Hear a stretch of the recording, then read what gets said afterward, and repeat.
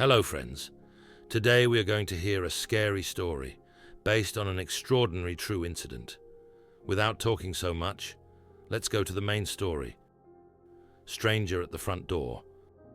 When my brother and I were around 12 years old, like 2006, we were at my dad and stepmom's house in the afternoon, probably around 3 p.m., so still broad daylight. My brother and I were the only two people home, because my dad, stepmom, and younger siblings were in a nearby town for their youth soccer game. The two of us were lounging in my dad's room, which was located at the back of the house, and watching a movie when we heard a knock on the front door. My brother and I grew up with our single mom and were latchkey kids, so being home alone and having people stop by wasn't concerning or weird for us, especially back in those days, where it was more common for friends to drop by your house to see if you were home, since not every kid had a cell phone to get in touch. But on this day, we were at my dad's house, like I said, and didn't know anyone in the neighborhood. So the knock at the door was weird, since none of our friends or relatives lived nearby to come over randomly. Both of us wanted to ignore the knocking and wait for the person to go away, but being latchkey kids in a house where it wasn't normal for people to stop by unexpectedly, my instinct was to go make sure the door was locked. We sure as hell knew better than to go and make our presence known, and damn sure weren't going to open the door. But in my mind, there was no getting around one of us going to make sure nothing was unlocked. I knew my brother and could tell that he wasn't going to do it. So I volunteered, 'cause it was an overwhelming priority. I got up and stealthily creeped down the hallway, leading from my dad's room to the front door.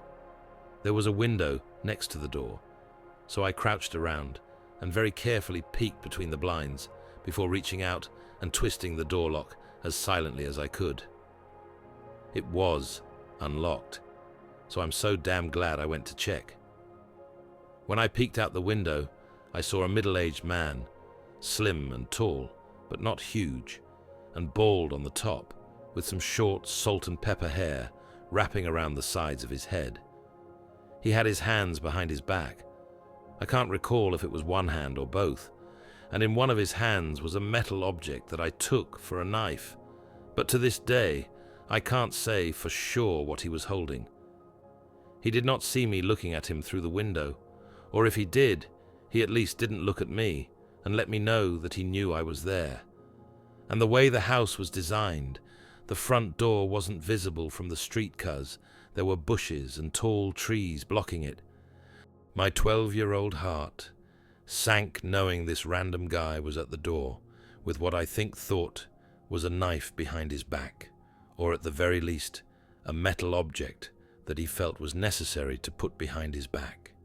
It was especially terrifying because I recognized it was actually not super unrealistic, since the man would not be visible from the street and therefore could hide something behind his back without worrying about neighbors or cars passing by and seeing him. This house would be a good target for someone looking to do bad stuff, since you'd be shielded from being seen. At this point, normal paranoia became full-on fight or flight, panic mode. It was like a switch was flipped from, let me just go make sure the door is locked, to holy shit, I think there's a guy with a knife at the door. I creeped back to my dad's room and told my brother what I'd seen. He grabbed the house phone. Can't remember if there was one in my dad's room, or if he had to go to another room, but before long, he was speaking with my dad on the phone. My dad immediately instructed us to let his Rhodesian Ridgeback, Buddy, in from the backyard.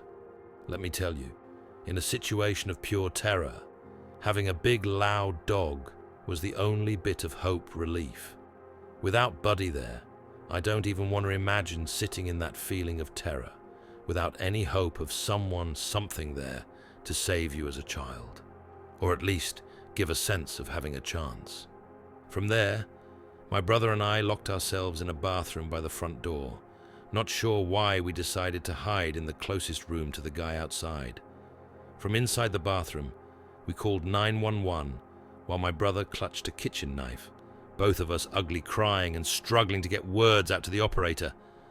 While in the bathroom, I swear on my life I heard the front door handle being twisted around, which would have meant the guy was now trying to enter the house. The bathroom was like 7 feet from the front door, so I feel like I know what I heard. I don't know how I could confuse such a specific sound, so I trust that it was what I thought it was. I have such a vivid memory of huddling in that bathroom, feeling truly helpless and out of control of what might happen next, with the only comfort being the noise of Buddy barking at the front door and knowing that if the guy decided to kick the door down, he'd have to deal with a big dog, then have a knife fight with 2 kids. Needless to say, I was really hoping Buddy would hold it down for us, 'cause I didn't like our odds if the man at the door got past Buddy.